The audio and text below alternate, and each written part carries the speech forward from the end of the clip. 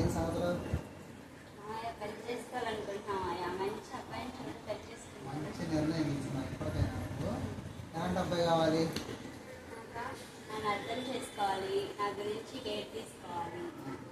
నన్ను అర్థం చేసుకొని లైఫ్ లాంగ్ నా చేయి పట్టుకొని ఉంటే చాలా బాగుంది. అంటే ఇప్పుడు కొద్ది సైకిల్లో ప్రవర్తిస్తావు కదా మరి. భరించాలి, భర్త భరించేవాడు కదా. అది కరెక్ట్ కాదు కదా. భర్త అనేవాడిని నువ్వు పెళ్లి చేసుకున్న తర్వాత అసలు వాడు ఎలాంటి వాడు అనేది నీకు క్లారిటీ వచ్చింది. ముందు క్లారిటీ వచ్చిన తర్వాత భర్త మంచివాడు అయితే ఆయనకి నేను ఎలాగా అన్ని విధాలా సరిపోతాను అని నువ్వు సర్దుకొని ఆయనకి తోడు ఉండాలి. ఒకవేళ చెడ్డవాడు అనుకో ఆయన ఎలా మార్చుకోవాలి, మంచిగా ఎలా తెరకెత్తుకోవాలి అని వెతుక్కోవాలి.